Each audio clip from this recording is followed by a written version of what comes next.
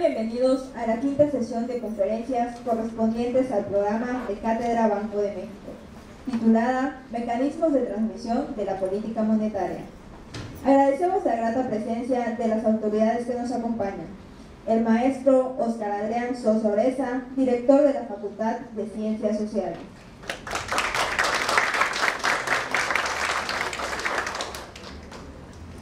El doctor Colbert Hernández Arreutúa, investigador económico en la Dirección de Estudios Económicos del Banco de México, quien impartirá esta conferencia.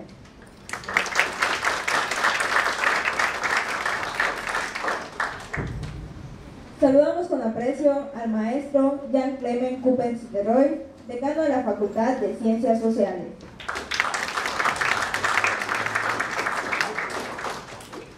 A la licenciada Pamela Fuentes Pérez, coordinadora de la licenciatura en Economía. Y al enlace universitario Banco de México, el bachiller Rodolfo Dorantes Camp.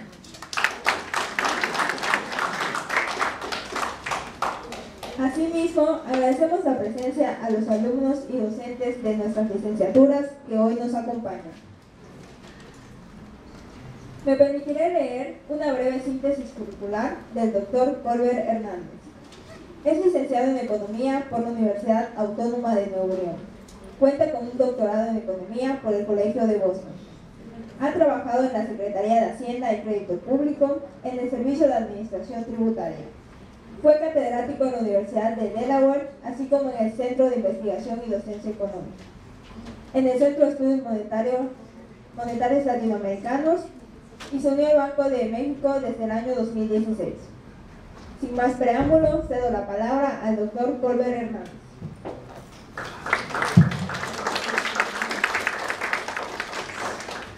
Primero que nada, déjenme explicarles el esquema así general. Parte de lo que hacemos en el Banco de México se llama política monetaria. Es parte importante de lo que hacemos en el Banco de México. Y en esencia, política monetaria se trata de controlar alguna variable nominal para guiar a la economía en cierta dirección. En el caso de nuestro país, la variable nominal es una tasa de interés, y el Banco de México o el Banco Central, en este caso de México, podría ser también en los Estados Unidos, conduce su política monetaria a través del maniobramiento de las tasas de interés, tasas nominales de interés. Pero para entender un poquito por qué es importante, pues déjenme platicarles los mecanismos de transmisión de dicha política monetaria hacia la actividad real o hacia nuestras actividades cotidianas. Para que esto nos haga un poquito más de sentido, tenemos que irnos a la fijación de precios. Recuerde que parte también de lo que el objetivo del Banco Central al maniobrar en este caso la tasa de interés, es lograr controlar, o no controlar, sino que establecer ciertos precios en la economía. Entonces, para ello tenemos que ver cómo se fijan los precios en la economía y por qué el Banco Central puede afectar el crecimiento de estos precios, que se llama inflación. Entonces, lo primero es preguntarnos, bueno, ¿cómo se fijarían los precios en una economía teórica? En una economía teórica en la que tuviéramos agentes competitivos, el precio reflejaría los costos de producción, en particular el costo marginal de producción, es decir, el costo de producir la última unidad. Eso es lo que estaría reflejando el precio. Entonces, si tenemos una economía que no es competitiva, sino tiene cierto poder monopolístico el que pone los precios, pues esos precios reflejarían no solo los costos de producción, sino y además de eso un beneficio adicional para el productor. Entonces podríamos pensar que el precio, aquí lo tenemos como PT, el precio en T, sería una proporción mayor que 1 del costo marginal en T. Es decir, lo que me cuesta producir la última unidad pues lo calculo, ya sé cuánto me cuesta producir esa unidad y le agrego una ganancia para mí, un margen de ganancia, y esto es esta alfa, ¿no? Entonces alfa sería mayor que 1. Algunas estimaciones de esa alfa dirían que es alrededor de un 20%, es decir, la ganancia adicional al costo es alrededor de un 20%. Esto ocurriría si pudiéramos fijar los precios en cada momento de unidad de tiempo de la producción. Vamos a suponer que el tiempo se mide en trimestres. Nosotros lo medimos en trimestres en el Banco Central porque es con la periodicidad con la que nos llega información relevante como el Producto Nacional Bruto, etc., ¿no? Entonces, si lo pensamos en trimestres, diríamos el precio de este trimestre va a ser el costo marginal de la producción en este trimestre ajustado por la ganancia que voy a obtener. Por cierto, si hay preguntas, me las pueden hacer en el momento, por favor, para que vayamos aclarando. Resulta que si pudiéramos fijar los precios de manera continua, la política monetaria teóricamente no tendría ningún impacto sobre la actividad real, es decir, no hubiera ningún impacto en el empleo, en la producción, etcétera. Solo sería un fenómeno puramente monetario. Es decir, si lográramos fijar los precios en todo momento, cuando el Banco Central suba o baje las tasas de interés, lo único que afectaría serían los precios nominales, pero no afectaría las cantidades, ¿no? Entonces, como no es lo que observamos, sino lo que observamos es que al mover las tasas de interés sí se afecta la actividad económica. Entonces tenemos que pensar qué mecanismo hay detrás de la fijación de precios que hace que esto ocurra. Entonces, si pensamos en un diagrama bien simple, sin tantas ecuaciones, nada más podemos pensar en una oferta y una demanda, y de este lado tenemos los precios y las cantidades, y decimos, bueno, si movemos la demanda y no permitimos que el precio cambie, entonces lo que cambiaría sería la cantidad, ¿no? Entonces, bueno, ese es un principal mecanismo teórico y que se encuentra un poco de evidencia empírica de que esto así es, que los precios entonces no se están ajustando en cada momento en el tiempo, sino tardan en ajustarse. Cuando los precios tardan en ajustarse, entonces el costo que van a reflejar no es el costo de ese periodo, sino es el costo promedio por el tiempo en el que el precio va a estar fijo. Si yo te digo que te aseguro que tu precio va a estar fijo por 2 periodos, entonces el precio que te convendría ponerle sería el precio promedio de los 2 periodos que va a estar fijo, ¿no? En vez de ponerle el precio que observas en ese periodo, si no te voy a permitir mover este precio por 2 periodos, pondrías el promedio de T y de T más 1, ¿no? Entonces, si pensamos que podemos pensar en varios mecanismos o varios modelos teóricos de cómo es que se fijan los precios. Uno de esos modelos teóricos supone que se llama precios a la cargo. Supone que es un mecanismo puramente teórico, pero funciona. Supone que los productores no pueden cambiar su precio solo cuando reciben una señal aleatoria que llega con una probabilidad constante. ¿Ok? Entonces, tú no vas a poder cambiar tus precios solo si recibes esa señal. Y si recibes esa señal, entonces ya los puedes cambiar. Entonces, tú no sabes si vas a tener el precio fijo un periodo, o 2 periodos, o 3, o 100, no, sino hasta que recibas esa señal de poder cambiar los precios. Entonces, cuando te toque cambiar el precio que vas a poner, que vas a fijar, va a ser el promedio ponderado de todos los costos marginales del futuro, descontados por la probabilidad de que en ese momento todavía sigas siendo el mismo, que no te haya tocado la probabilidad de que cambies el precio, ¿no? Entonces sería el costo marginal de hoy, el costo marginal esperado del periodo que sigue, descontando por la probabilidad beta de que aún no mantengas el precio fijo, el costo marginal del siguiente periodo que esté más 2, descontado por beta al cuadrado, que es la probabilidad de que aún mantengas tu precio fijo, y luego beta al cubo, y luego beta a la cuarta, y así, ¿no? Ese precio se llama precio a la carga. Entonces, una forma teórica que tenemos para explicar y entender los efectos de la política monetaria en la actividad económica. ¿Cómo dijo? ¿Cómo se llama el Costo marginal. A la Calvo. ¿A la qué? Calvo. Calvo como. Guillermo Calvo es el que se inventó el mecanismo que se le pone a la Calvo. También tenemos precios a la Taylor. Precios a la Taylor es cuando dices, bueno, en los precios se fijan por contratos, ¿no? Y los contratos van a ser de un número determinado de periodos. Por ejemplo, vamos a hacer un contrato tú y yo y vamos a fijar un precio por este año. O sea, va a ser el mismo precio todo el año. Entonces, como en la unidad de tiempo es el trimestre, vamos a fijar el precio por cuatro periodos, 4 trimestres. Entonces podemos hacer un contrato y en el contrato vamos a poner el precio de lo que, al cual yo te voy a vender lo que sea que tú necesitas, y va a estar en un contrato por 4 trimestres. Entonces el precio que yo le pondría sería el promedio de mis costos que yo espero tener en el siguiente año, cada trimestre. Pero ahí ya sé con probabilidad 1 de que así va a ser. Entonces sería un precio a la Taylor. Y un precio a la Calvo es un poquito más ingenioso, y hacemos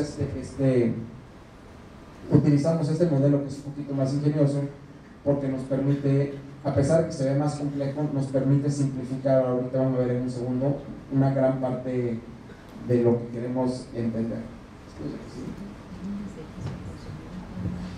Bueno, como vemos, ese precio que vimos hace ratito, esta ecuación que está aquí escrita, como les expliqué, va a reflejar los costos marginales de todo de aquí al infinito, porque puede ser que nunca me vuelva a tocar la señal para cambiar precios. Claro, la probabilidad de que eso ocurra es casi cero, ¿no? Porque va a ser beta al infinito, no puede ser, ¿no? Entonces, se puede expresar de una forma recursiva de esta forma. Entonces, el precio de hoy va a ser el costo marginal descontado, multiplicado por la ganancia, más el precio del futuro esperado. Bien, ¿no? Entonces es equivalente, las dos, la suma infinita y esta otra expresión son equivalentes, matemáticamente son equivalentes. Entonces, el problema ahora aquí es cómo formo esas expectativas y cuál es mi precio esperado del siguiente periodo. Es decir, cómo voy a formar las expectativas de mis costos marginales en el futuro, ¿no? Y ahí se ve bien sencillo, pero es una parte muy importante de los mecanismos de transmisión de política monetaria, entender esa formación de expectativas, y no solo entenderlas, sino tratar de moldear esas expectativas. Estas expectativas pueden ser, por ejemplo, basadas en el pasado. Yo puedo pensar que mi precio en el futuro va a ser lo último que observé, pero en ese caso la inflación que va a generar por el incremento en los precios que se va a generar va a ser muy persistente, porque voy a estar viendo el pasado y voy a decir, por lo último que observé fue una inflación alta, entonces espero una inflación alta, y se va a hacer muy permanente o muy persistente esa inflación. Entonces, esa es una forma de verlo. Si quieres, sí. Otra forma de formar esas expectativas son expectativas racionales.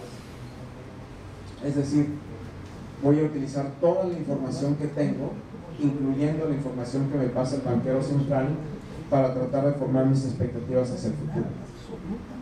Y voy a tratar de hacer una inferencia lo mejor que puedo hacia el futuro, que no está basado en el pasado, necesariamente, ¿no? Entonces, gran parte de esto es importante porque, como les menciono, si las expectativas del futuro las basamos en el pasado, entonces la inflación va a ser más persistente y más difícil de controlar para un banquero central. En promedio, podemos pensar entonces que las expectativas de los precios futuros contienen un componente que está basado en el pasado, vamos a suponer que hay algunos agentes en economía que basan sus expectativas en sus experiencias previas, pero también hay un grupo de agentes en economía, que es uno menos gamma en este caso, que basan sus expectativas del futuro con expectativas racionales. Es decir, van a utilizar toda la información que tengan y van a tratar de inferir el futuro. Entonces podemos pensar que el precio de hoy, reescribiendo la ecuación anterior, va a ser el costo marginal, va a reflejar el costo marginal y los precios en el futuro. Una parte de esos precios en el futuro van a estar basados en el pasado y otra parte de esos precios, expectativas de precios, van a estar basados en expectativas racionales, ¿no?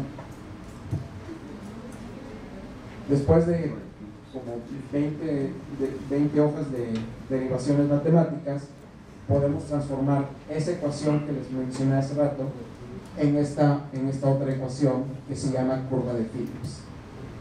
Y podemos expresar entonces la inflación.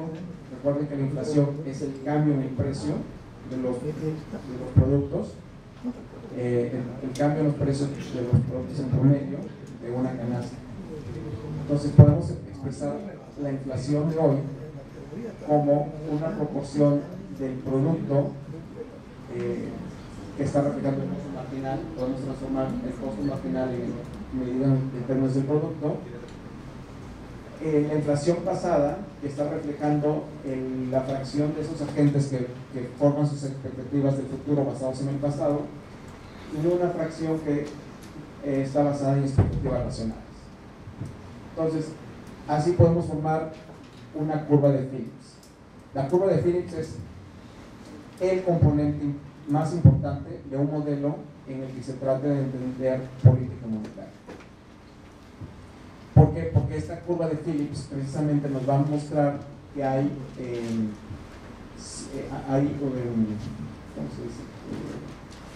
costos de controlar la inflación. Es decir, no va a ser gratis controlar la inflación, va a haber un intercambio entre inflación y producto. ¿Ok? Entonces, la curva de Phillips es la que nos va a dar ese margen en la política monetaria, que nos dice, bueno, si podemos afectar la inflación, vamos a afectar el producto. ¿Ok? Y eso establece la relación o el vínculo entre lo que hacemos tratando de controlar una variable nominal y la actividad real. ¿Ok? En otras palabras, si imagínense de nuevo una oferta y una demanda con precios y cantidad. Entonces, si los precios contienen ciertas rigideces o no se pueden cambiar continuamente, se mantienen fijos, cuando muevan la demanda, pues te va a afectar las cantidades, ¿no? Ok, entonces esa versión de esa oferta y demanda es nos refleja esta curva de Phillips, que no va a ser de a gratis que puedas mover una variable nominal, porque vas a estar afectando una variable real. ¿Todo bien hasta aquí? Sí. Ok.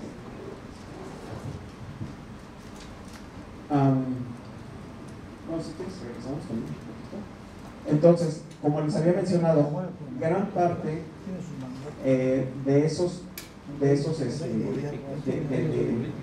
de lo que un banco central trata de evitar es precisamente que la inflación contenga un componente rezagado importante, porque eso lo hace más difícil de controlar. Es decir, de nuevo, si observamos que la inflación del pasado ha sido alta y tratamos de pronosticar el futuro con esta inflación alta, la vamos a mantener de nuevo alta en el futuro, y eso va a afectar nuestras decisiones en la toma de precios, y eso va a reafirmar que la inflación va a permanecer alta. Entonces, un banquero central estaría muy interesado en que el componente principal de estos dos, en la curva de Phillips de la economía, sea esta, ¿no? El de expectativas racionales y no el de expectativas basadas en el pasado. Entonces, para poder hacer eso, otra gran parte de lo que hace el Banco Central es comunicación, tener mucha comunicación con el público en general, pero además del público en general también con inversionistas, con gente que toma decisiones importantes de fijación de precios, etcétera, para tratar de convencerlos de que esta es la forma de tomar las expectativas. Es decir, imagínense que hay un banquero central que es muy convincente y llega y les dice a todo el mundo, ¿saben qué? La inflación del siguiente año va a ser muy baja y todos la adoptamos como cierta, entonces fijamos nuestros precios basados en esa creencia de que va a ser baja y efectivamente cuando llegue ese año pues la inflación va a ser baja porque todos adoptamos esa política de inflación baja. Entonces, por eso es importante para el banquero central tratar de hacer la mejor comunicación de sus políticas y de sus acciones, no solo ahorita sino en el futuro, para tratar de mover esa masa de agentes con expectativas racionales al mayor número posible. Como vamos a ver al ratito, hay unos estudios que muestran que este componente ha disminuido sustancialmente para México, el rezagado, y el que está ganando mayor importancia es el componente de expectativas racionales. Bueno, ¿por qué es importante mantener la inflación baja? Uno, bueno, porque tiene efectos distributivos. La inflación es uno de los impuestos más regresivos que hay, es decir, que la gente con menores recursos sería la más afectada por la inflación, porque la gente con más recursos pues podría cubrirse de los efectos inflacionarios de muchas formas. ¿Cómo?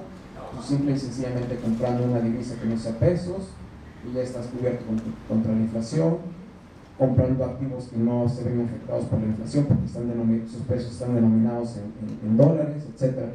Eso ocurre en economías en donde se ha vivido con periodos de inflación bastante altos, como México, pero no recientemente. Tal vez ustedes no recuerden porque están muy jóvenes, pero hace muchos años los precios de los terrenos estaban en dólares, incluso los precios de los carros se denominaban en dólares. Yo recuerdo que cuando yo estaba así como de su edad, y yo estoy en la Autónoma de Nuevo León, cuando estaba allí en Monterrey, podía ir a comprar tacos le decían el vaquero, el puesto de tacos de afuera, y yo podía pagar con dólares y me regresaba el cambio en dólares. Así de dolarizada estaba la economía. Y eso porque todos nos tratamos de proteger de la inflación, y una forma sencilla en una economía en la que tiene fácil acceso a dólares, se dolariza la economía. En general, entonces, hay efectos distributivos importantes que tratamos de evitar con menor inflación. Hay otros efectos de asignación ineficiente de recursos. Hay una pérdida de competitividad, y la inflación también genera incertidumbre. Y aquí hacemos mucho énfasis en la inflación, tal vez porque estamos en México, pero porque hemos sufrido de periodos de inflación altos, ¿sí? Entonces la inflación es meramente monetaria, o sea, la moneda es la que va a la inflación, no la economía en sí. Bueno, pues parte de sí, vamos a ver ahorita que entender el proceso inflacionario no es tan simple, es complejo. Gran parte tiene que ver, obviamente, con las acciones del Banco Central, pero también hay otros factores que les vamos a llamar choques que existen en la economía en sí. Vamos a ver que hay choques de oferta, hay choques de demanda, hay choques monetarios, hay choques financieros, hay choques por todos lados que nos afectan la inflación. Pero en el largo plazo, cuando ya vemos así un periodo bastante prolongado de tiempo, pues es la política monetaria la que determina la inflación, ¿sí? Pero en el corto plazo pues hay muchas otras fuerzas que la determinan. Muy bien. Entonces, como podemos ver aquí, los periodos de alta inflación coinciden con crecimiento bajo. Por ejemplo, aquí tenemos el crecimiento en azul de México desde 1980, y en rojo tenemos la inflación. Entonces, por ejemplo, en 1986 llegamos a tener una inflación del 160% anual. Para otras economías esto no es nada, ¿no? Si estamos pensando, por ejemplo, en Venezuela, actualmente la inflación es altísima, Claro, la inflación es el menor de los problemas ahorita, pero es un problema importante de cualquier forma. Y si pensamos en otras economías, 160% como Brasil, por ejemplo, no es nada. Y sin embargo, para nosotros sí ocasionó bastantes disturbios tener ese tipo de inflación. La inflación distorsiona nuestras actividades cotidianas. Así las de ustedes podrían ser distorsionadas si hubiera una inflación suficientemente alta. ¿Cómo se protegerían sus familias, la familia promedio, una familia de recursos bajos, por ejemplo, cómo se protegería contra la inflación? ¿Alguna idea? ¿Qué harían ustedes si cada vez que van a la tienda ven que el precio de lo que ustedes compran va aumentando casi al 50%? Exacto.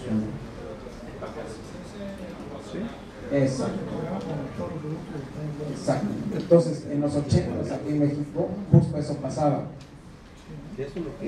Como ustedes sabrán, hay quienes reciben su salario en las quincenas, o hay quienes lo reciben los jueves, y así, ¿no? Entonces, en cuanto una familia recibía el ingreso de la familia de la unidad de tiempo que fuera, corrías a la tienda. Y lo que ocurre es que cuando llegas a la tienda vas a ver mucho desabastecimiento, precisamente por lo mismo. No todo el mundo trata de comprar lo más que puede y transformar tus pesos en un producto real, ¿no? Lo más rápido posible. Entonces, eso afecta la dinámica de todo el mundo, no solo de los inversionistas, etc., ¿no? Bueno, les comentaba. Aquí hablamos de inflación ahorita porque tal vez es lo que hemos experimentado, pero igualmente mala es la deflación. ¿Okay? O sea, cuando los precios van subiendo muy rápido es muy malo, pero es también muy malo que los precios estén bajando muy rápido. ¿Okay? ¿Por qué? Porque eso lo que hace es que pospongas tus decisiones de compra y te deterioran la actividad económica. Por ejemplo, si tú quieres comprar un terreno, pero ves que el precio de los terrenos está bajando, pues dices, mejor me espero, ¿no? Te esperas un año más y va a bajar el precio, ya lo compras más barato. Pero al estar posponiendo todo el mundo sus decisiones de compra, pues la actividad económica se cae, ¿no? Y por otro lado, no piensen que funciona del otro lado también, ¿eh? O sea, no piensen que cuando hay inflación todo el mundo va a querer comprar y entonces vamos a tener una actividad económica muy buena.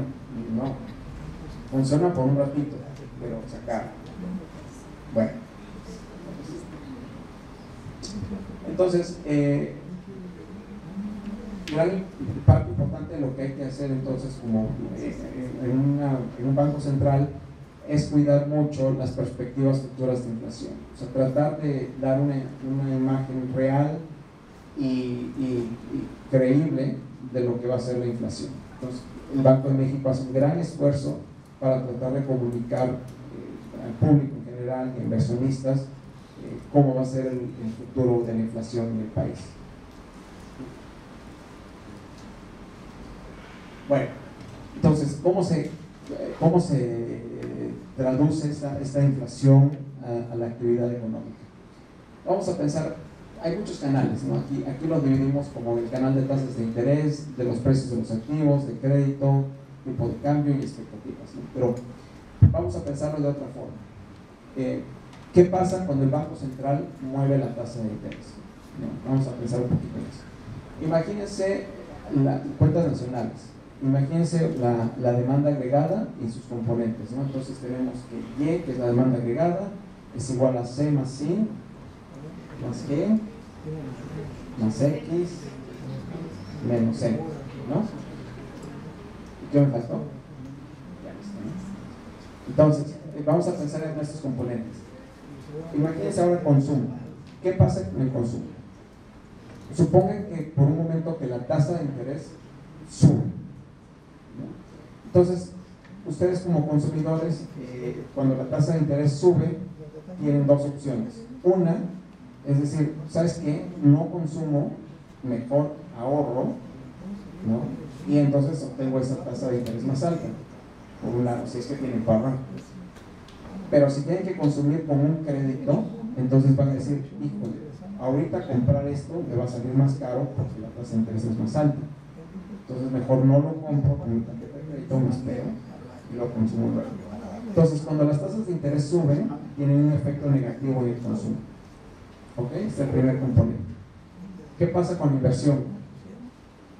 Bueno, ¿qué es inversión? Piensen, inversión es comprar un activo que es bastante duradero, ¿no? Podemos comprar una casa, comprar un terreno, comprar maquinaria, comprar equipo, etc., ¿no? Imagínense que ustedes quieren poner un negocio, quieren invertir, ¿no? Y quieren invertir en un Uber, un carro de esos Ubers, ¿no? Entonces pueden comprar el carro ahorita, ¿no? O ya tienen el dinero, tienen 50,000 pesos. Para entrar a Uber necesitan comprar un carro de 200,000 pesos, entonces van a requerir un financiamiento de 150,000 pesos. ¿Ok? Van con la financiera y resulta que la tasa de interés acaba de subir. Entonces tal vez algunos de ustedes digan, híjole, pues ya con esa tasa de interés y esos pagos mensuales que voy a estar dando, pues ya no me conviene el Uber. Entonces pospondrían sus decisiones de inversión. ¿Ok? Si las tasas de interés bajan, muchos de ustedes dijeron, no, pues ahorita sí le entro al Uber, compran un carro y invierto. Entonces, cuando las tasas de interés bajan, la inversión sube, cuando las tasas de interés suben, la inversión baja. Entonces ya llevamos dos componentes, consumo y inversión. Los dos van en la misma dirección. Cuando la tasa de interés sube, consumo e inversión baja. Olvídense del C más I, sigue G, olvídense de G, nadie lo entiende. Nunca lo vamos a entender. Sigamos con X y Y, ¿ok? Para X y Y vamos a pensar en el tipo de cambio, porque tenemos que pensar en exportaciones e importaciones. Entonces, ahora imagínense que ustedes tienen ahorrados 100 pesos, ¿ok? Y viven en la frontera. Bueno, en la frontera norte. Cambiamos hacia la frontera norte.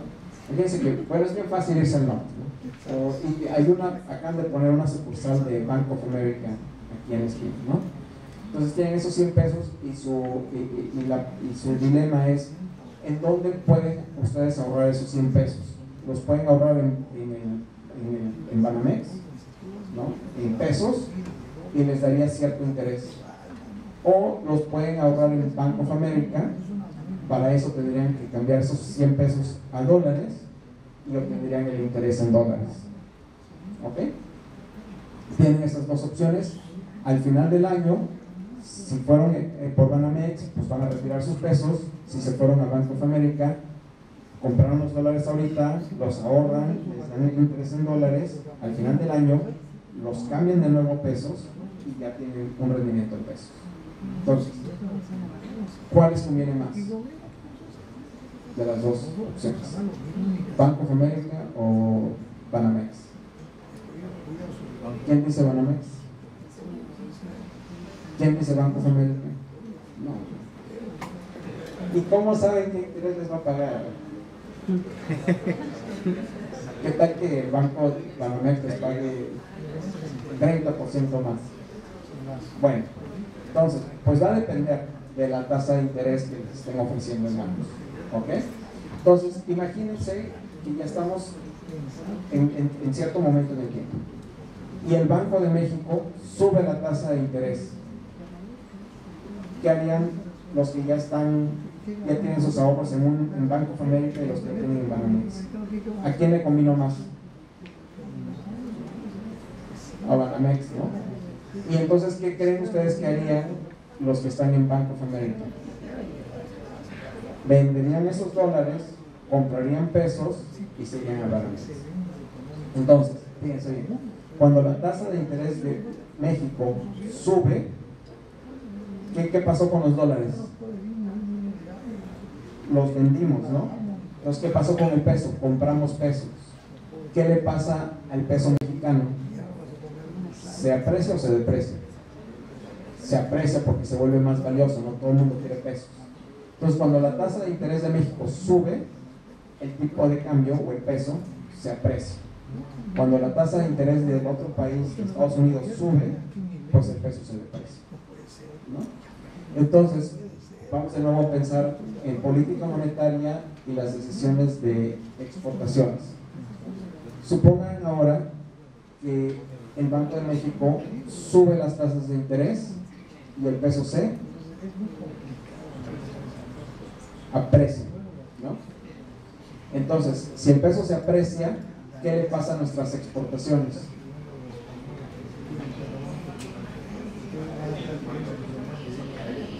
Se encarece. Entonces, ¿exportamos más o exportamos menos? Menos. Entonces, cuando la tasa de interés sube, las exportaciones bajan. Entonces tenemos que cuando la tasa de interés sube, el consumo, la inversión y las exportaciones todas caen. ¿Ok? Pero ¿qué le pasaría a las importaciones? Subirían, ¿no? Subirían por lo mismo, porque el peso está más apreciado, entonces el dólar está más depreciado y entonces nos conviene importar. Entonces subirían así. Excepto que las importaciones tienen un signito menos enfrente, ¿no? Entonces, cuando la tasa de interés sube, C baja, I baja, X baja y M sube, pero tiene un signo menos, entonces hace que también todo baja. Entonces, ¿qué le pasa a la demanda agregada cuando la tasa de interés sube? Toda la demanda cae, porque todos los componentes de la demanda tienen el mismo efecto, ¿no? Entonces, cuando la tasa de interés sube, lo que hace es que produce los incentivos para que todos los componentes de la demanda agregada caigan. Pero ocurre lo mismo cuando la tasa de interés baja. Cuando la tasa de interés baja, ocurre lo opuesto. Cada componente de la demanda agregada hace que sube. ¿Ok? Bueno, entonces, hay diferentes canales por los cuales podríamos ir por estos canales, por los que les acabo de mencionar, y tendrían el mismo efecto en la demanda agregada.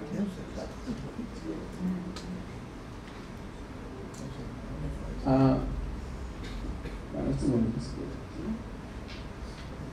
Bueno, déjenme, ahora vamos a ver lo mismo que está aquí, pero de nuevo con la gráfica de oferta y demanda agregada. ¿Okay? Vamos a hacer un modelo en la mente, porque no tengo aquí cómo dibujárselos, pero imagínenselo. Vamos a hacer un modelo de oferta y demanda, pero le vamos a llamar oferta y demanda dinámico. ¿Ok? Así se llama. En vez de tener el precio de este lado y luego la cantidad de aquí abajo, vamos a tener, en vez del precio, la inflación. ¿Ok? Inflación y la cantidad. ¿Ok? Y de nuevo, imagínense la oferta y la demanda, tal cual, con vertiente negativa la demanda y con vertiente positiva la oferta. ¿Ok? Entonces, ya estamos en un punto de equilibrio y hay cierta cantidad y cierta inflación de equilibrio. ¿Ok? Entonces, ese equilibrio que busca el Banco Central mantener es un equilibrio de largo plazo. Es un equilibrio en el que se mantiene cierto nivel de inflación. El Banco de México tiene como mandato mantener cierta inflación del ¿cuánto por ciento? 3%. Entonces, si piensan en el diagrama de oferta y demanda, bueno, lo que el banco busca es mantenerse en 3%. ¿Ok? Entonces, ¿por qué habría el banco de subir la tasa o bajar la tasa? Si estamos ya en el 3%. Bueno, pues si estamos en el 3%, ya llegamos al equilibrio y ya no buscamos ni subir la tasa ni bajar la tasa. ¿Ok? Pero ahora imagínense que estamos en el 3%, ¿no? Y estamos en la oferta y la demanda. Y entonces ocurre un choque de demanda. Aquí vamos a meter al gobierno, por ejemplo, ahora sí. Imagínense que el gobierno dice, vamos a pavimentar todas las calles de todo el país, ¿no? Desde Campeche hasta Monterrey. Y entonces ocurre un gasto extraordinario que incentiva la demanda agregada. Entonces, la demanda, que es la que está aquí con pendiente negativa, brinca y se va hacia arriba. ¿Ok? ¿Qué ocurriría con la cantidad y con los precios? Habría mayor actividad porque hay mayor cantidad, pero también habría más inflación. Entonces, aquí entra el Banco de México y dice, no, yo no quiero tener esa inflación más alta, ¿qué puede hacer el Banco de México para tratar de restablecer el equilibrio? Exactamente, subir las tasas, ¿no? Entonces, cuando sube las tasas, hace que cada componente de la demanda agregada, consumo, inversión, exportaciones, importaciones, todos caigan. Entonces, al subir las tasas, va a agarrar la demanda agregada y la va a jalar hacia el equilibrio original, al del 3%. ¿Ok?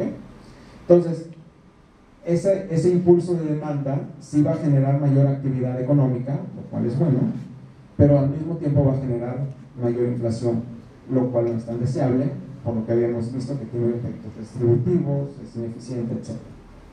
Entonces, parte de lo que va a hacer el Banco de México es subir las tasas para jalar de nuevo la demanda hacia el lado que corresponde. Ahora,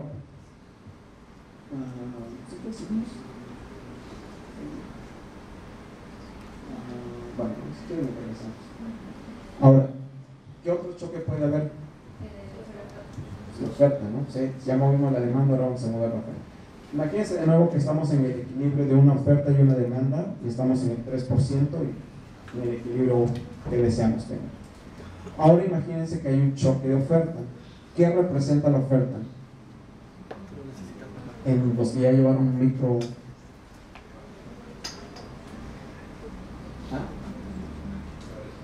Ajá, bueno, sí, tenemos la producción, pero ya ves que está relacionando producción con precios, ¿no?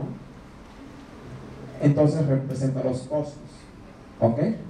Refleja los costos. La oferta componente positiva nos va a reflejar los costos de producción. Imagínense entonces que hay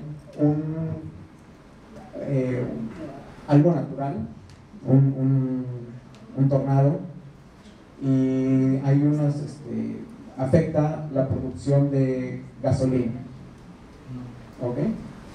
Y encarece la gasolina. Entonces se hace más cara la producción porque es más cara la gasolina, ¿ok? Producir implica transportar y pues es más cara la gasolina. Entonces la oferta se mueve ¿para dónde? Más cara la gasolina, mayores precios, se mueve para allá, ¿no?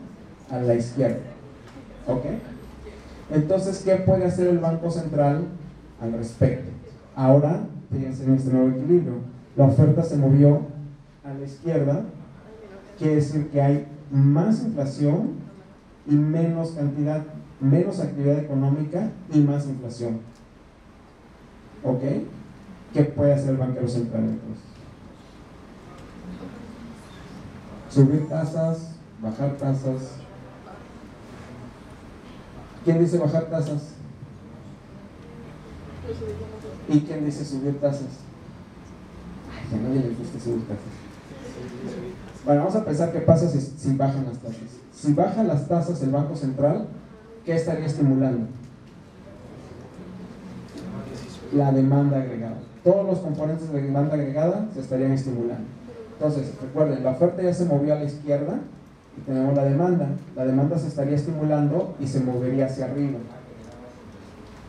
¿Ah? Ajá. Entonces, vamos a ver qué pasa con la cantidad. Bueno, pues la cantidad se está regresando hacia el equilibrio.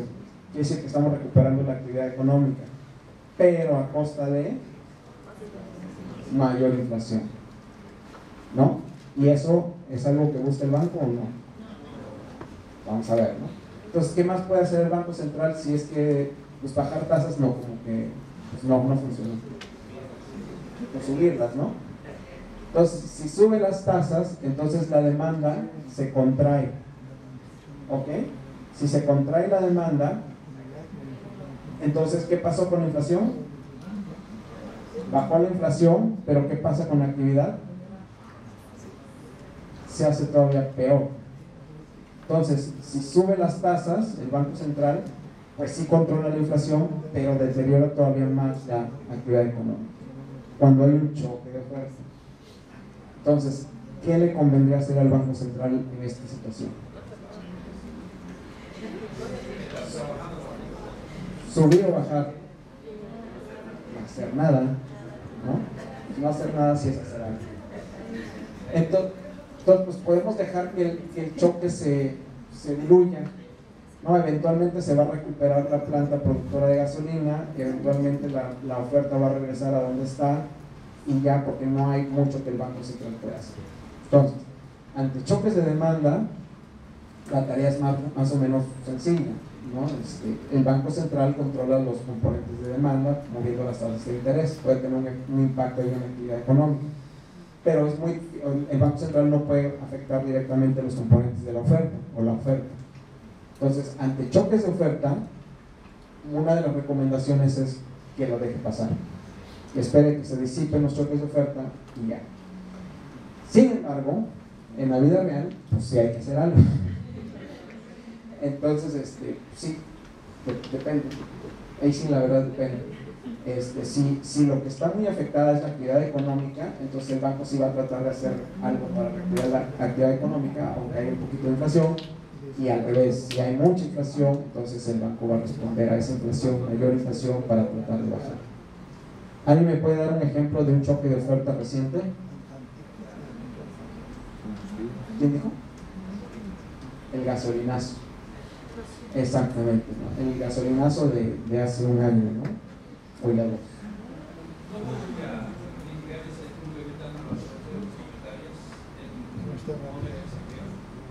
Híjoles. Bueno, pero ¿para qué se requerían las reservas? Es decir, incrementar la reserva financiera en divisas extranjeras para evitar precisamente de que haya flujo de capital, que la gente no empiece a especular con. Sí, pero bueno, aquí estamos hablando todavía de la gasolina, ¿verdad? No, ahí el uso de reservas está muy reservado a ciertas ocasiones especiales, y no es tan fácil utilizar las reservas. Ahí ya entra más que el Banco de México, ahí ya es todo el comité que entra así entre el Banco de México. Y una de las funciones de las reservas es tratar de estabilizar la moneda, ¿no? Pero solo ese ya es un tema mucho más complicado, y no se utilizaría por algo tan, entre comillas, tan sencillo como la gasolina, por ejemplo, ¿no? Pero durante el gasolinazo, pues lo que hizo el Banco Central sí fue tratar de contener los efectos inflacionarios que es incremento en las gasolinas. Entonces ahí sí movió las tasas, pero tratando de eliminar el efecto inflacionario, más que el efecto en la actividad real.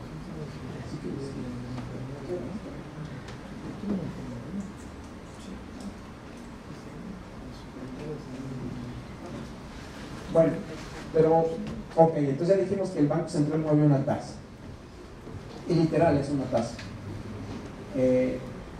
¿Cómo creen ustedes que el banco pueda ejercer ese impacto en una tasa de interés, subirla o bajarla?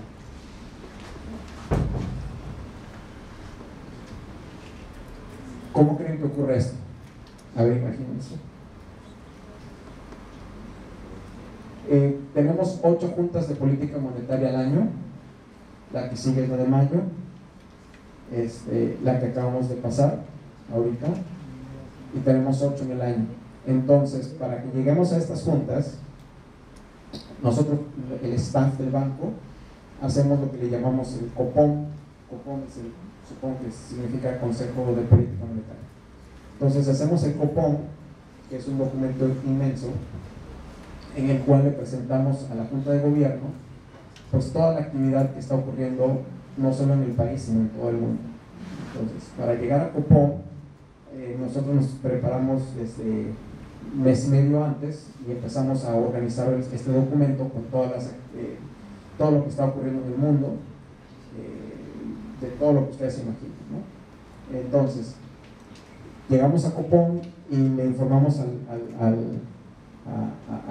gobernador de la Junta de Gobierno, y entre todas esas, es una presentación de PowerPoint. Entonces, entre todas esas láminas de PowerPoint, llevamos algo que es un modelo macroeconómico, y en ese modelo macroeconómico le metemos todos los insumos que notamos relevantes de toda la actividad, tanto doméstica como internacional, y al final en ese modelo nos da una recomendación de una tasa, ¿no? Entonces, así como el ejercicio que hicimos ahorita, de oferta y demanda, pero en este modelo tenemos lo que creemos que son los choques de oferta y los choques de demanda, y obtenemos cuál sería la política monetaria que recomendaría el modelo, ¿no?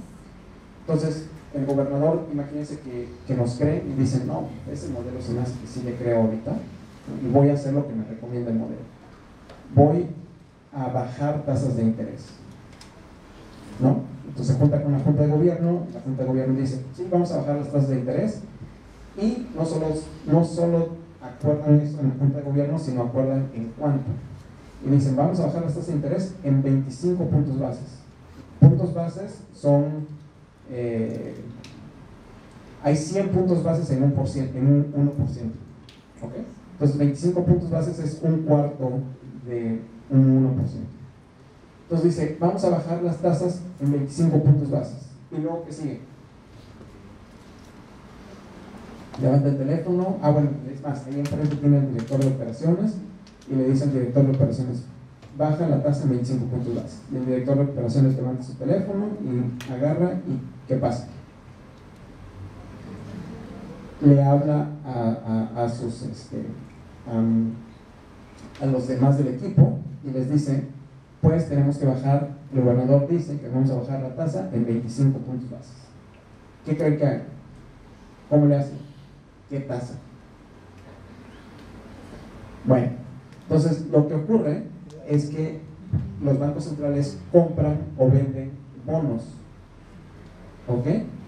Y comprando o vendiendo bonos, un bono en particular, logran hacer ese esfuerzo de subir o bajar las tasas. Imagínense que hay un mercado de bonos. Si el Banco Central le entra y vende un montón de esos bonos, ¿qué le pasa al precio del bono? ¿Y qué le pasa a la tasa de interés? Sube, ¿no? Entonces, entrándole a la compra y venta de bonos es como se logra maniobrar la tasa de interés, ¿ok? Pero esa es una sola tasa de interés. ¿Qué pasa con todas las demás tasas de interés?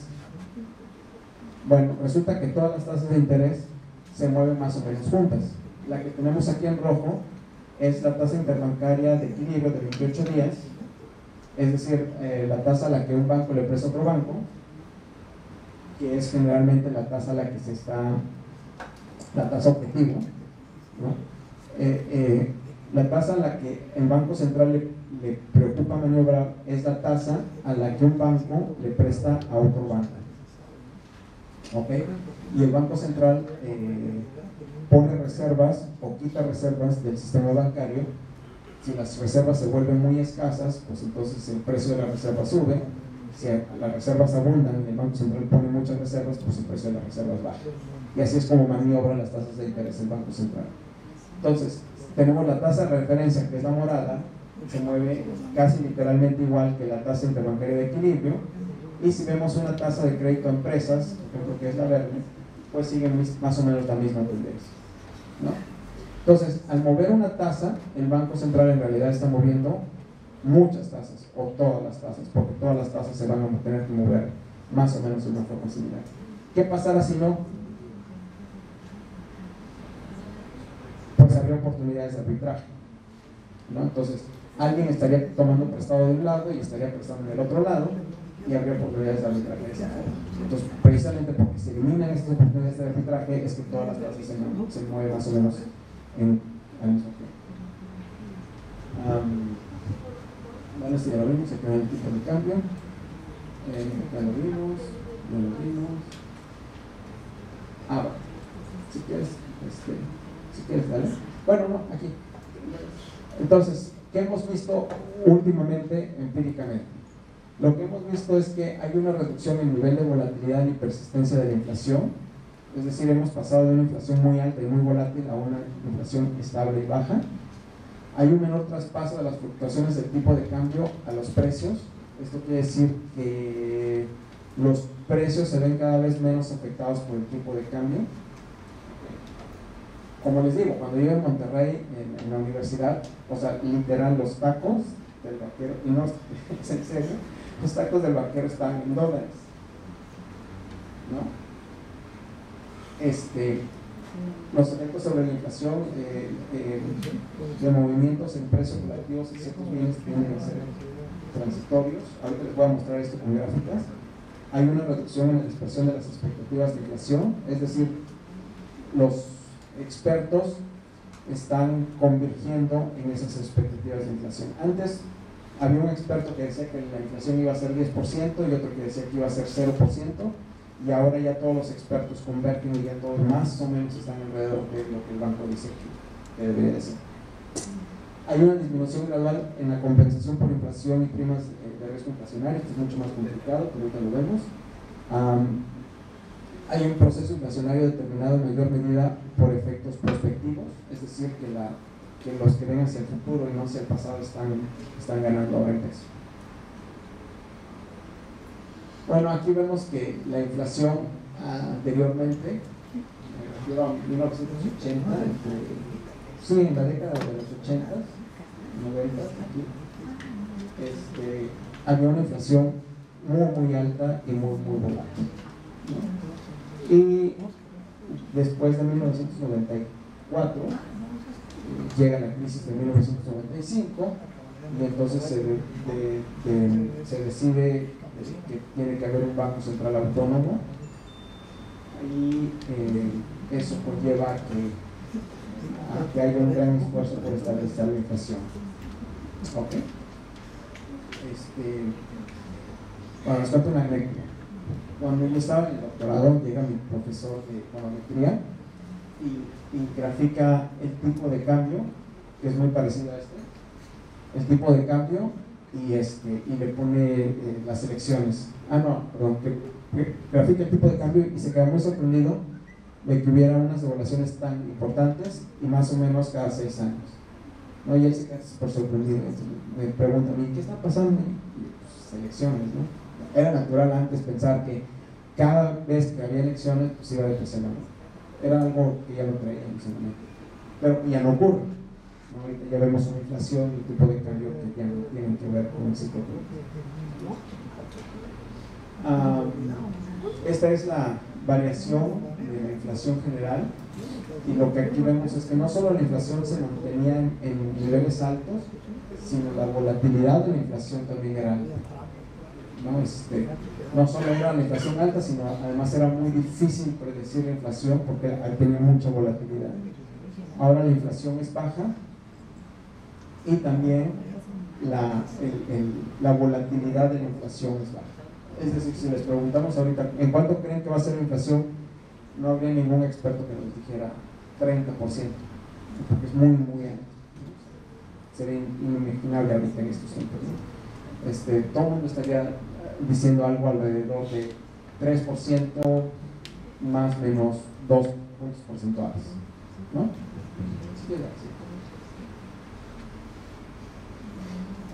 Bueno, este es el tipo de cambio. La inflación es en azul y la depreciación es la roja. Como pueden ver, antes la depreciación y la inflación iban de 1 a 1, es decir, que muchos de los precios están impactados por el tipo de cambio, como los tacos del vaquero, ¿no? Pues si yo quería comprarle esos tacos al vaquero en pesos y no llevaba yo dólares, tenía que pagarle pues, el tipo de cambio que hubiera, ¿no? O sacaba $1 y se lo daba, o sacaba mis 12 pesos, porque antes estaban 12 pesos, y se los daba. Y si al otro día se iba a 15, pues tenía que sacar 15 pesos y pagarse por un taco, literal. Y bueno, estos eran los tacos. Obviamente todo lo demás estaba en dólares. Entonces, la inflación y el tipo de cambio pues iban 1 a 1. Ahora, más recientemente, cuando ya adoptamos el régimen de inflación por objetivos, objetivos de inflación del 3%, ya varias fluctuaciones en el tipo de cambio ya tienen un impacto en los precios. Okay, entonces eso también es una modificación en el comportamiento de los que fijamos precios en la economía. Es decir, pasamos de una economía muy dolarizada a una economía menos dolarizada.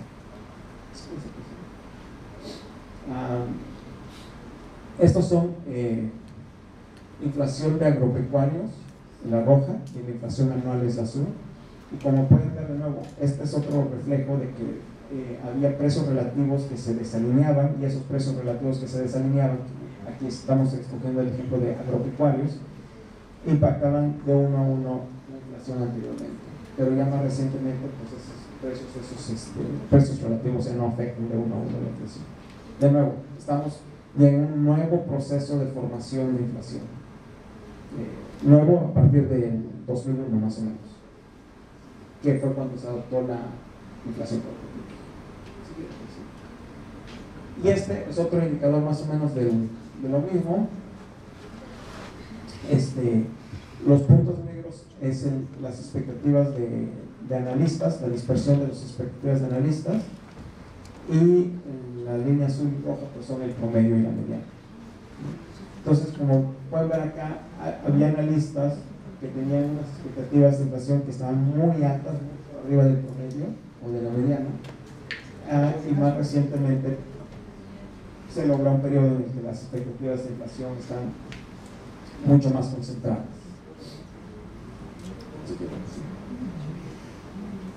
Bueno, estos están más complicados. Vamos a la que sigue, al modelo.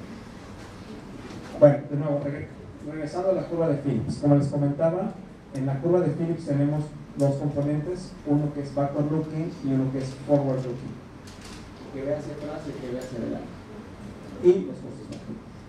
Entonces, si estimáramos esta curva de Phillips en el tiempo, podríamos ver si hubo un cambio en estos ponderadores gamma beta, gamma B y gamma E.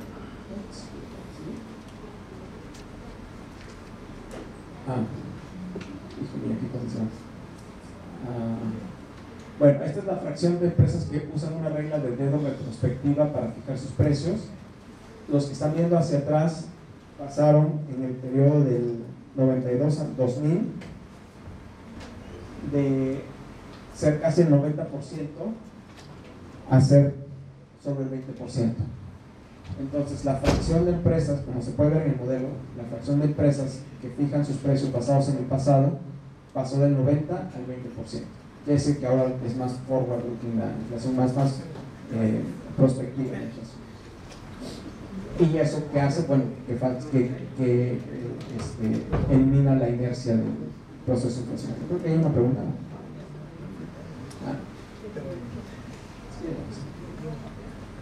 Bueno, vamos a hablar un poco de modelaje.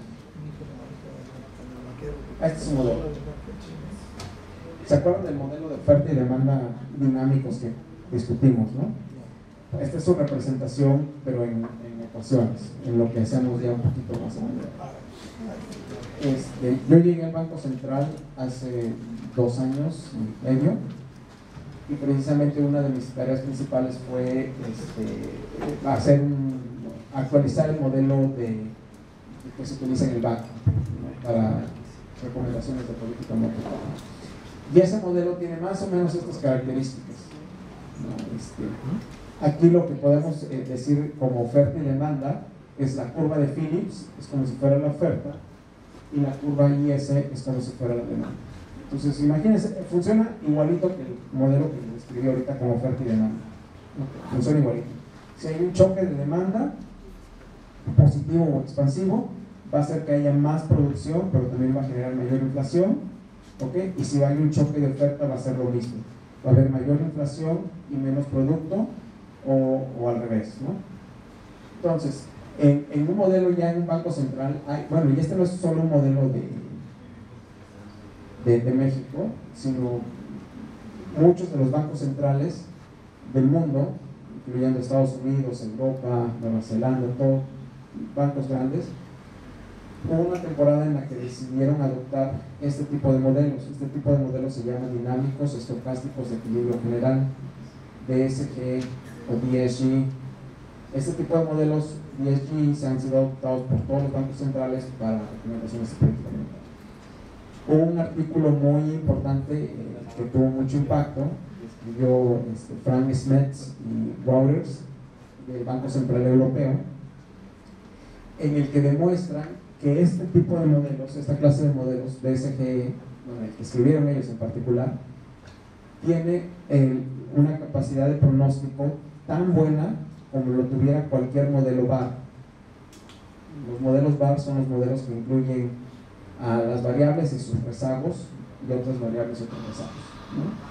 Entonces esos modelos son modelos puramente estadísticos que tienen mucha capacidad de pronóstico, una capacidad de pronóstico, son de lo mejor que conocemos. Y entonces cuando Spence and Waters escriben este artículo por ahí del 2001, diciendo que un modelo de este tipo, de SGE, era tan bueno para pronosticar como cualquier VAR, ustedes se pueden imaginar, porque ellos se pudieron imaginar, y estaban asesorados por varios premios Nobel, por cierto. Entonces casi convencieron a toda la profesión de que esta era la forma de modelar. ¿Por qué? Porque no solo era tan bueno como cualquier VAR, sino además tenía las características de ser estructural y de darte mucho mejor entendimiento de la economía que un VAR, ¿no? Porque aquí hay toda una teoría detrás. Ahora, este modelo en particular no está microfundado, pero el que escribió Spence and Waters y los modelos de otros bancos centrales sí están microfundados. Como les digo, yo llegué al banco y lo que hicimos fue un modelo de este tipo, no está microfundado, pero ahora sigo todavía en el banco, entonces ya me pusieron una nueva tarea y ahora es hacer un modelo DSG pero microfundado. Es más o menos lo que estamos haciendo en el banco de México. La primera curva es la curva de Phillips, que ya conocen ustedes, es la inflación de ahorita y la inflación con un rezago. Aquí lo que metemos se llama la brecha del producto, la inflación adelantada, ponemos el tipo de cambio nominal y un choque. Este epsilon va a ser un choque de oferta. Si lo muevo hacia arriba, entonces va a incrementar los precios, hacia abajo va a bajar los precios y va a tener exactamente el mismo efecto que tiene el modelo que les mencioné hace rato. Luego, por otro lado, tenemos la demanda, que es la brecha del producto, que responde a su rezago, a su expectativa, al tipo de cambio real, la brecha de Estados Unidos, el tipo de cambio real y un choque de demanda. Y el choque de demanda va a tener exactamente los mismos impactos del que vimos hace ratito, ¿no? Un choque de demanda que incrementa la actividad también va a incrementar la inflación. ¿Ok? Tenemos otra ecuación para el tipo de cambio real, que es precisamente la relación que les comenté hace rato entre las tasas de interés de México y Estados Unidos, que Bank of America o Banamex, ¿no? ¿Quién paga más? Y entonces depende del que pague más, pues así se va a mover el tipo de cambio nominal. Y el tipo de cambio nominal en esta ecuación que es ad hoc va a tener un rezago y un adelanto y un componente más importante que es el diferencial de tasas entre Estados Unidos y México. Por la misma razón que platicamos hace rato de arbitraje. Si un banco paga más, se va a vender esa moneda y se va a mirar si el banco paga más, ¿no? Y luego una regla de política monetaria, cómo es que pensamos que el Banco Central opera moviendo su tasa de interés. Bueno, resulta que, voy a platicar de esta ecuación. Resulta que académicamente, en la literatura académica siempre se ha pensado, bueno, el proceso de cómo un banco central toma sus decisiones es súper complejo, ¿no? Entonces, si pensamos en México, ya les platiqué, ¿no? Tenemos todo un mes y medio para preparar un documento, se lo presentamos al gobernador, se lo presentamos a la Junta de Gobierno, y ahí van elementos desde qué está ocurriendo con Brexit hasta qué está ocurriendo con el petróleo. Todo lo que esté ocurriendo, que tenga algún impacto importante en la actividad económica, va en ese documento. Entonces, ellos tienen alguna forma de procesar en su cerebro toda esa información. Tal vez tengan algún modelo que aprendieron en la escuela, o tal vez imaginen cómo funciona la economía, etc. Y se les presenta un modelo como del tipo y se les presenta la recomendación. El caso es que al final del día se toma una decisión y se sube o se baja las tasas de interés. Bueno, en Estados Unidos es más complejo, porque en Estados Unidos se divide el Banco Central en 12 bancos. Entonces, cada que hay un periodo de estos de copón, pero en Estados Unidos se llama el FOMC, cada vez que hay una junta para decidir qué hacer con las tasas de interés, cada uno de estos 12 presidentes del banco, de los bancos regionales, reciben información de su staff, tal como lo hacemos aquí en el Banco de México. Ellos ya llevan un modelo en la cabeza, ya saben qué está pasando en todo el mundo, y llegan a la junta en donde se juntan pues ellos 12 y además otros 6 miembros de la Junta de Gobierno del Board of Governors, ¿no? Y entre todos pues discuten y cierto número de miembros tienen la votación, pero todo el mundo discute y entonces todo el mundo lleva algo en la cabeza y si de alguna forma se toma una decisión. Resulta que John Taylor, que últimamente estuvo en la Universidad de Stanford, dice, bueno, después de todo este proceso tan complejo que hay para tomar decisiones de política monetaria en Estados Unidos, se puede representar muy fácil si agarramos la tasa de interés de Estados Unidos y ni siquiera corrió una regresión, ni siquiera se tomó la molestia. Dijo, agarro la inflación, la desviación de la inflación del objetivo, lo multiplico por 1.5 y agarro la brecha del producto y la multiplico por 0.5. Calculo eso y obtengo la tasa de interés que se ha estado determinando. Y lo hizo y le quedó súper bonito. Y se volvió famoso y ahorita se volvió. Bueno, siempre fue famoso por otras cosas. Pero esa se llama la regla de Taylor. Entonces, hemos pasado en la academia, pasamos de modelar a un banco central como un banco central que maniobra agregados monetarios como M1, M2, etc. O incluso banco central que maniobra el tipo de cambio.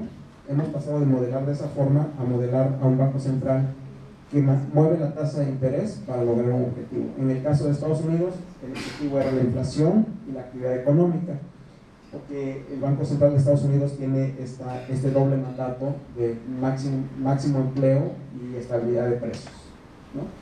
En México el mandato es mantener solo precios estables y entonces modificamos la regla de Taylor para ponerle un ponderador a la regla, un ponderador a las desviaciones de la inflación del objetivo y la tasa la modelamos con cierta persistencia. No creemos que el Banco Central va a mover las tasas en 75 o en 100 puntos bases en un día, en una decisión, no lo haría porque causaría disrupciones financieras. Entonces va a mover sus tasas viendo al nivel anterior que tiene. O sea, va a ser persistente, va a moverse con cuidado.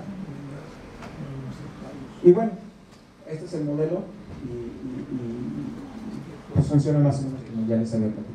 Si quieres, vamos a ver.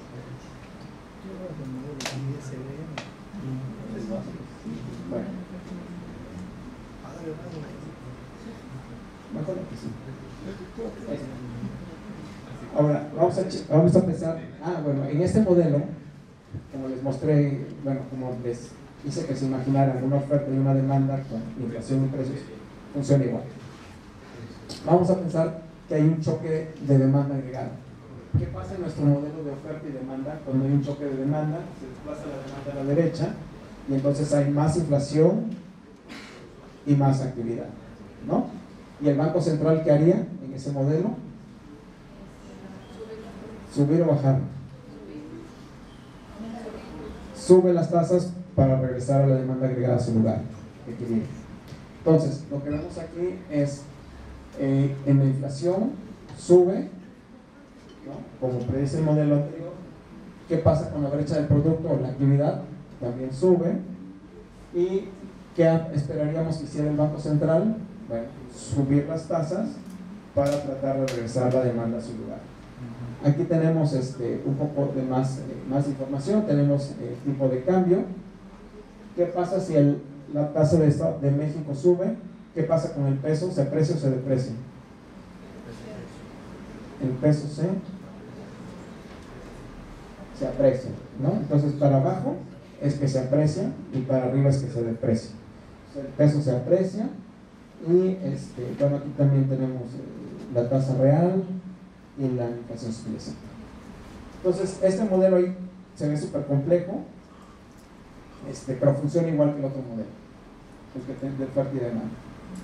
De hecho, no es coincidencia, ¿no? En la historia académica, pues iniciamos con modelos mucho más simples. Obviamente no iniciamos con este modelo, sino más simples de oferta y demanda, y de esas ideas que nos venían de esos modelos simples lo tratamos de hacer más complejos y pasamos a un modelo ISLM que mantenía esas mismas propiedades, y de ese modelo ISLM pasamos ahora a un modelo DSG, y en esos modelos de DSG mantenemos las mismas propiedades, ¿no? Que es algo que tenemos efectivamente. Estos son los mecanismos de transmisión que ya les había explicado. Ahora, un choque a la inflación, que es un choque de oferta. ¿Cómo se vería en este modelo? Bueno, incrementa la inflación. Acuérdense, tenemos la oferta y la demanda así, ¿no? Entonces, ahora hay un choque de oferta que es desfavorable. Entonces, la oferta se mueve hacia la izquierda, ¿no? Entonces, acuérdense ahora que habría mayor inflación y la brecha se caería. En esas circunstancias, ¿qué haría el Banco Central? ¿Subir o bajar tasas de interés? Depende, ¿no? ¿Qué efecto domina? En este caso, en este ejemplo, pues domina la inflación y el Banco Central subiría las tasas de interés, ¿no? Esto es similar o más o menos ilustrativo de lo que pasó en el gasolinazo. Hubo un choque de oferta. Regularmente uno pensaría que el Banco Central dejaría pasar ese choque de oferta, que solo se acomodara, no movería las tasas, pero en ese caso sí hubo un efecto bastante adverso en la inflación y la respuesta del banco fue tratar de mitigar ese efecto subiendo tasas y bajar los precios. ¿Qué pasa cuando el banco sube las tasas? Pues el peso se aprecia, ¿no? Todo funciona más o menos con la misma intuición que ya platicamos aquí simplemente, excepto que en un modelo mucho más complejo, dinámico, estocástico, de equilibrio general. Por cierto, ¿cómo se resolvería este modelo? Bueno, si se acuerdan, ¿sí que regresa el modelo? Más. Ahí. Si ven, aquí hay ecuaciones con una variable en t en t menos 1 y en t más 1. Esta sería una ecuación. Si fuera tiempo continuo se le diría diferencial, si es tiempo discreto se le dice diferencia discreta, y aquí en este caso es de orden 2 porque tienes un t más 1 y un t menos 1, es de orden 2, y luego es estocástica porque el epsilon sigue un proceso estocástico, y luego no solo eso, si no tuviera esta parte, pues sería una ecuación que la podrían resolver los físicos o los matemáticos, pero tiene esta parte de expectativas, entonces ya entran los economistas, ¿no? Y entonces, ¿cómo resolvemos esta ya con expectativas? Bueno, pues a Robert Lucas se le ocurre poner este modelo de expectativas racionales, y entonces lo podemos resolver con técnicas de expectativas racionales, ¿no?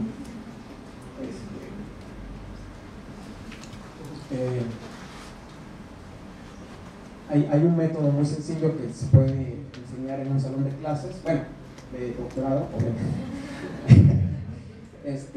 que se llama de expectativa racional. Quiero decir en clase porque lo puedes hacer a mano, ¿no? Ya cuando hay modelos muy complejos, de cientos de ecuaciones, pues ya no se puede a mano, ya tienes que usar una computadora, ¿no? Pero la idea es la misma. Bueno, si quieres regresarte tantito. Okay. Bueno, entonces este es el modelo y tiene modelaje en el sentido de que estamos pensando no solo en términos como si fuéramos físicos. Recuerden que, bueno, tal vez no recuerden, pero estas ecuaciones o este tipo de ecuaciones vienen de ingenieros, ¿no? Y los ingenieros estaban pensando en cómo mover un satélite en el espacio, ¿no? Entonces, si tienes un satélite aquí con cierta gravedad o no gravedad y bla bla bla, y le das un impulso, va a haber una respuesta. Esto se llamaba impulso-respuesta. Las gráficas que vimos ahorita de esas curveadas son impulso-respuesta, así se les llama ahorita.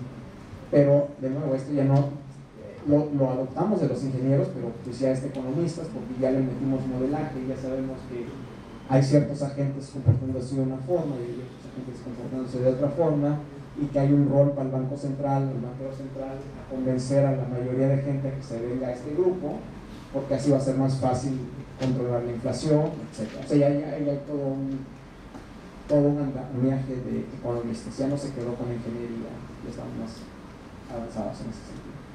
Entonces, al final del día, cuando resolvemos este modelo, la solución del modelo se ve como un AR1. ¿Sí saben qué es un AR1?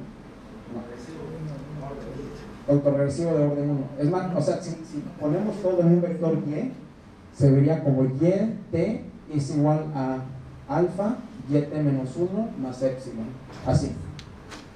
Entonces, si ya es un AR1, ya tenemos todas las técnicas econométricas para estimarlo, ¿no? Y ya, lo podríamos estimar, podríamos meter series de tiempo de inflación, series de tiempo de la brecha de producto, series de tiempo del tipo de cambio nominal y series de tiempo de las tasas de interés. Eso es lo que hicimos, lo metemos ahí a un algoritmo que se llama un filtro de Kalman. Con el filtro de Kalman podemos estimar entonces cualquier AR, en este caso la solución es AR1, lo estimamos con un filtro de Kalman y tenemos ya unas nuevas técnicas, bueno, nuevas para mí, ¿no? Se llaman bayesianas, técnicas bayesianas. Entonces ya utilizamos técnicas bayesianas para estimar esta clase de modelos dinámicos estocásticos de equilibrio general, y esa es la frontera en la que estamos. Ya no más, bueno, sí más, pero ya no les cuento. Hay más en el sentido de que podemos agarrar este modelo, tiene una característica que es lineal. Si lo ven, todos los variables entran de forma aditiva, no hay variables que se estén multiplicando o variables al cuadrado, no hay eso. Entonces, el modelo es lineal y uno pensaría que una aproximación lineal es una buena aproximación cuando una perturbación al objeto original es pequeña, ¿no? Entonces, si tenemos, imagínense que tenemos una curva que va así como una U, ¿no? Y queremos hacer una aproximación lineal, pero cuando viene aquí de bajada, ¿no? Entonces, tomamos ese punto y hacemos una aproximación lineal, es buena, es satisfactoria. Pero si hacemos una perturbación y tratamos de aproximar esa curva cuando ya va de subida, pues ya no es buena, ¿no? Ya necesitaríamos una aproximación de un orden mayor. Entonces, esta es una aproximación lineal, asume que hay perturbaciones pequeñas. ¿Sería este un buen modelo para 1980 en México? ¿Quién dice que sí? ¿Quién dice que no? Bueno, ganan no por mayoría. No, pues no sería tan bueno, ¿no? Porque acuérdense que la volatilidad de la inflación era altísima, entonces había unos choques muy altos, muy grandes en la inflación y pues también en el producto, etc. Entonces no sería un buen modelo, pero ahorita, para el 2001 para acá, pues ya sería un modelo razonable. Entonces, bueno, ya por último, si no tenemos un modelo lineal y queremos meter no linealidades, existen también técnicas, tanto técnicas de resolución del modelo como técnicas de estimación, pero pues ya son mucho más.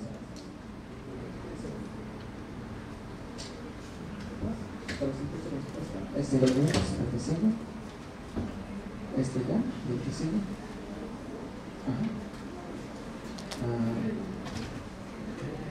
Bueno, consideraciones finales. El compromiso institucional con el objetivo de estabilidad de precios y una estrategia transparente de comunicación con el público refuerzan el funcionamiento del mecanismo de transmisión de política monetaria. Como les comentaba, no es coincidencia que se haya desligado fluctuaciones en el tipo de cambio con fluctuaciones en la inflación. No es coincidencia. O sea, no es coincidencia que ahora el vaquero ya no venda sus tacos en dólares, como yo les decía. Bueno, tal vez ya no existe. Pero no es coincidencia que ya no encuentras tan fácil un taquero aquí afuera que literalmente le pagues en dólares, en uno de $5 y te regrese $4 en dólares. ¿No? Ya, eso ya no existe. No es coincidencia porque ya tenemos una inflación estable. Como la inflación es estable, ya a nosotros como agentes económicos nos sería relativamente caro cambiar nuestros pesos a dólares y andar pagando en dólares y conseguir cambio en dólares. O sea, ya es caro, ya no tiene caso. Pero si hubiera una inflación de 160 puntos anuales, claro que sería conveniente. Recibes todo tu dinero, como lo cambias a dólares inmediatamente y ya le aseguraste su poder de compra por la siguiente quincena, ¿no? Entonces, o sea, no es coincidencia que todas esas características que vimos de inflación alta y volátil y que se contagia fácilmente de fluctuaciones en el tipo de cambio o fluctuaciones en precios relativos y que ahora ya no ocurran, no es coincidencia, es producto de una política monetaria que ha sido un poco más responsable en el sentido de que ha mantenido los precios más estables. a partir del 2001 y de la adopción de metas de inflación. Como les comentaba también, gran parte de lo que se hace en el Banco Central es pues el esfuerzo para comunicar y tratar no de convencer, sino tratar de demostrarle al público cuáles son los choques que vienen, qué es lo que el Banco Central está viendo y que eso es una aproximación de lo más fidedigno que se puede hacer de la economía, ¿no? Y que entonces los agentes tomen sus decisiones basadas en esas expectativas y no basadas en expectativas que ven hacia el pasado, lo que acaba de ocurrir. Bueno, espero que les haya servido. ¿Alguna duda? Pues allá atrás y luego aquí.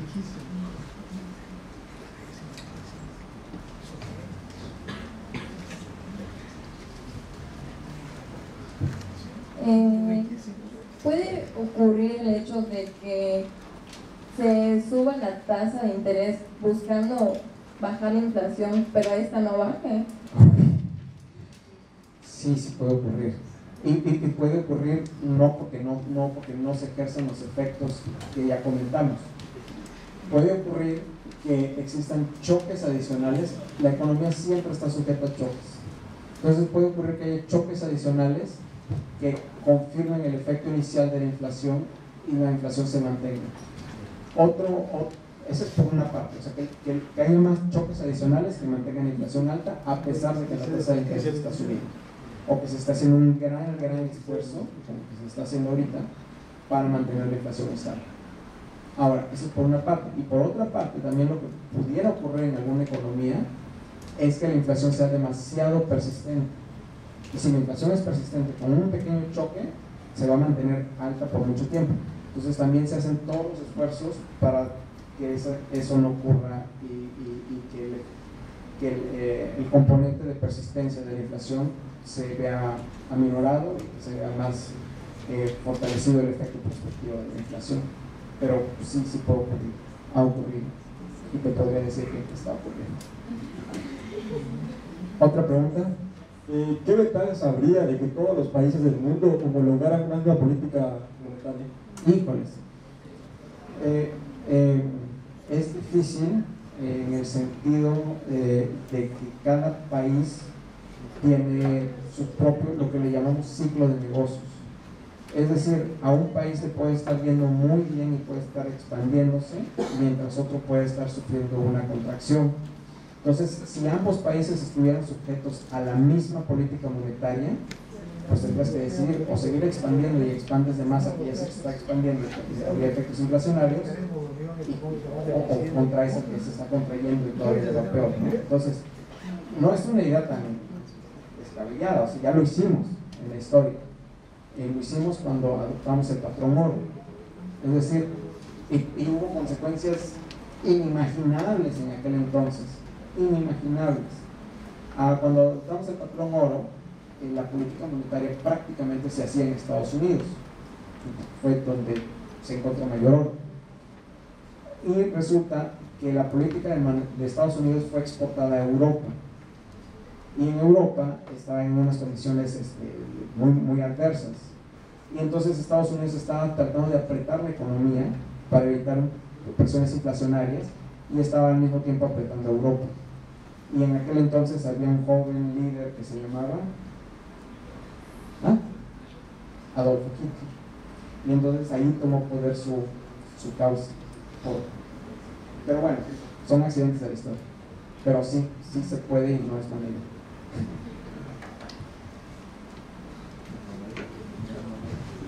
¿Qué tanto en las decisiones, el análisis de la situación económica para las decisiones del Banco de México se toma en cuenta las economías fuertes de América Latina, como por ejemplo Chile, Argentina, Brasil no tanto, en sus mismos políticas monetarias? ¿Influye o no influye? ¿Lo toman en cuenta? Porque usted manejó el Brexit como una de las consecuencias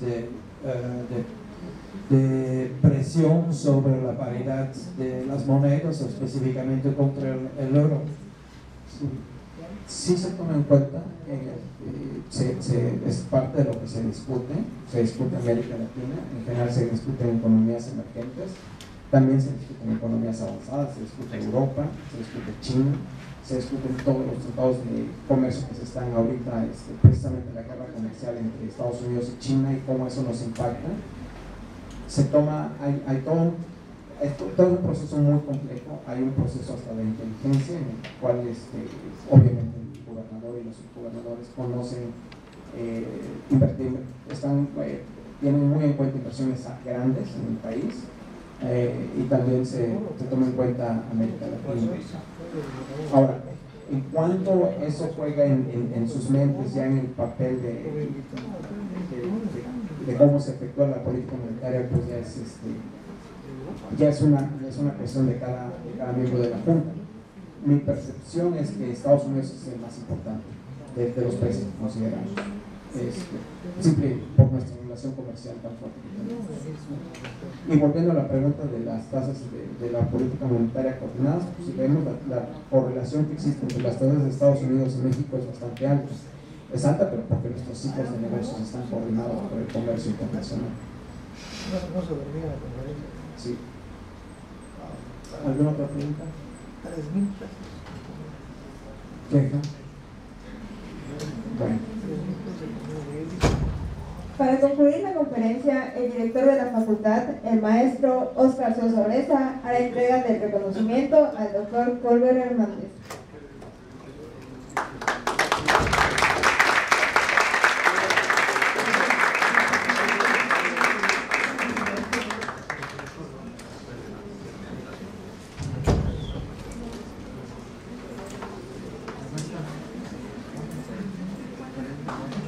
Gracias.